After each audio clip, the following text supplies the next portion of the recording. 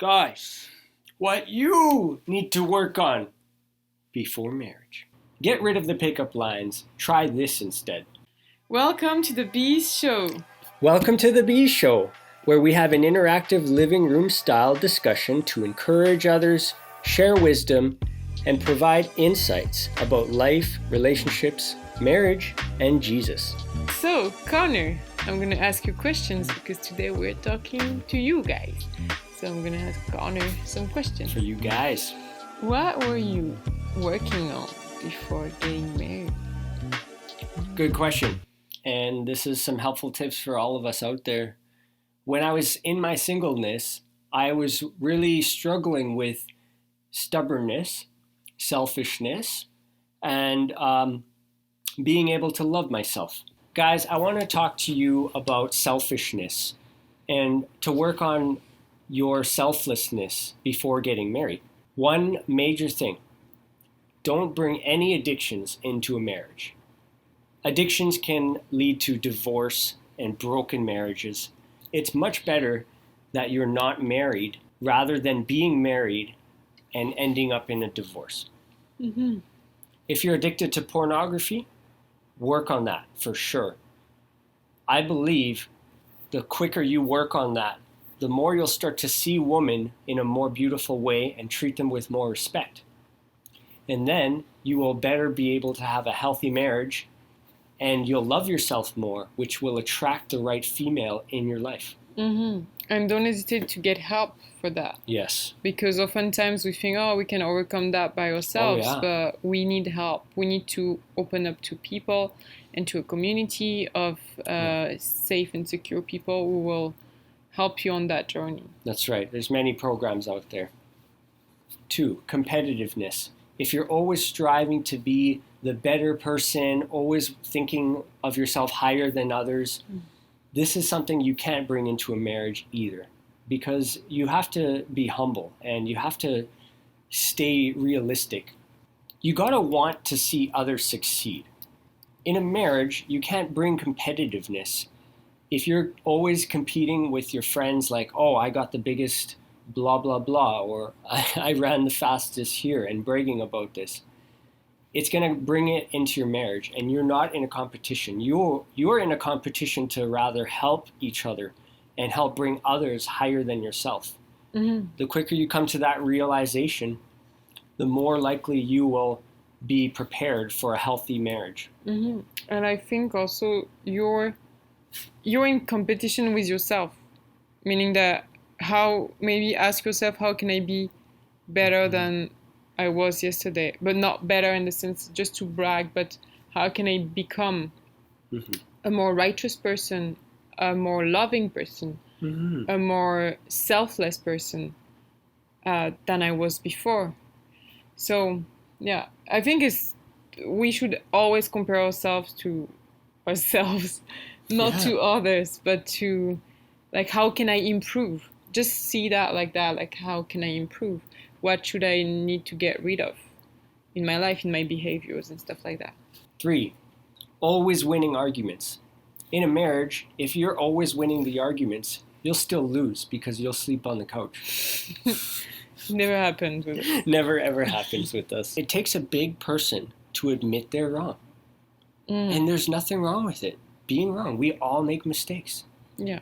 It's, are you willing to grow and learn from those mistakes? The one thing I put at the top of my list, actually, I made a list, as you may have heard in our previous videos, that I wanted a female who was humble and willing to grow, willing to repent, basically. And this is powerful because nobody is really perfect. But if you have found a woman who is willing to grow and learn from her mistakes, you have found gold. Number 4, an important attribute you got to work on is letting go of shallow expectations. Focusing on finding a woman who's beautiful at heart, not just the outward beauty. Not just finding a woman so that you can show off to all your guy friends saying, oh, look at the score that I got. Look how valuable I am because I have a beautiful woman. Because that's rooted in insecurity. You need to prove something. but rather you'll find that her outward beauty will increase as you appreciate her inward beauty. Your best friend could be the person that you're supposed to marry, but because you're so focused on finding a woman who's 5 foot blah or has blonde hair and blue eyes, that you don't realize the gem that you have in your life. And you do want to marry your best friend. I should also add, letting go of shallow expectations, but yet also not settling for second best. Because if you're going to settle for a woman that you know you'll outgrow her, that she is not up to your value level, it's going to end in heartbreak later. What all these tips have in common is basically helping you to be the best person that you are meant to be before getting married. Because marriage won't make you a better person. Rather, you should be able to work on yourself without any external help from a female, to drive you to be the best person you're meant to be. Yeah, God was teaching me practically about letting go of expectations of others and cleaning up after myself and cleaning up after others even. I was living with roommates, and practically he was teaching me to just clean up after their mess sometimes without even mentioning it and expecting anything in return. Mm-hmm. Yeah, I think the cleaning part for guys is very important. Yeah. I know some guys who arrive into marriage, they were just pretty messy. And then when you bring that into marriage, honestly, it can cause huge troubles. Because then the woman feels, she'll be like, okay, I have to clean after him all the time because he's not doing it.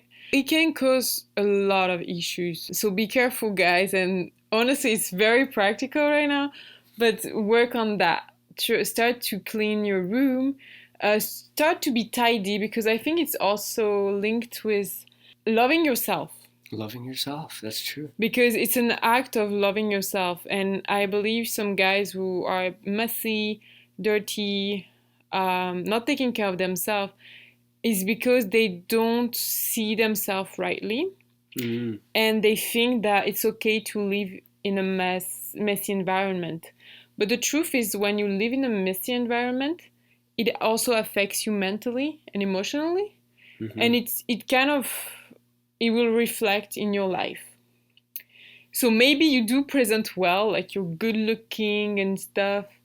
Maybe you actually do your laundry and your clothes are clean, but you need to work on that. And it's very important, because women look for men who know how to take care of themselves first, so that they'll be able to take care of the family after. Mm-hmm. So it's just a tip for you guys. And also, guys, if you have been living with your mother or sisters or, I don't know, cousin, girls in your life that were from your family who helped you all the time. They were like, no, don't worry, I will do that. No, I will clean your dishes and stuff. It's very loving, but you have to understand it's not the way it should be in marriage. No. So it takes time and practice, but start working on that now, because I'm telling you that from a woman point of view and as a wife, it matters a lot in the marriage. I'm going to pass it over. What do you think about a man? Should he be rich before you marry him?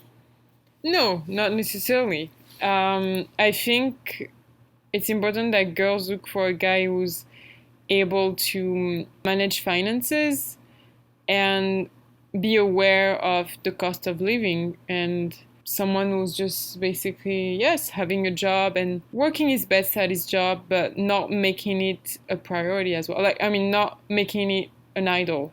A workaholic, basically. Yeah, a workaholic. And many years ago, I used to work in Hong Kong and had many friends, guys and girls. They were working so hard and so much. Like, they were doing, even on the weekends, they were going back to the office and working overtime. I don't think that's healthy. No.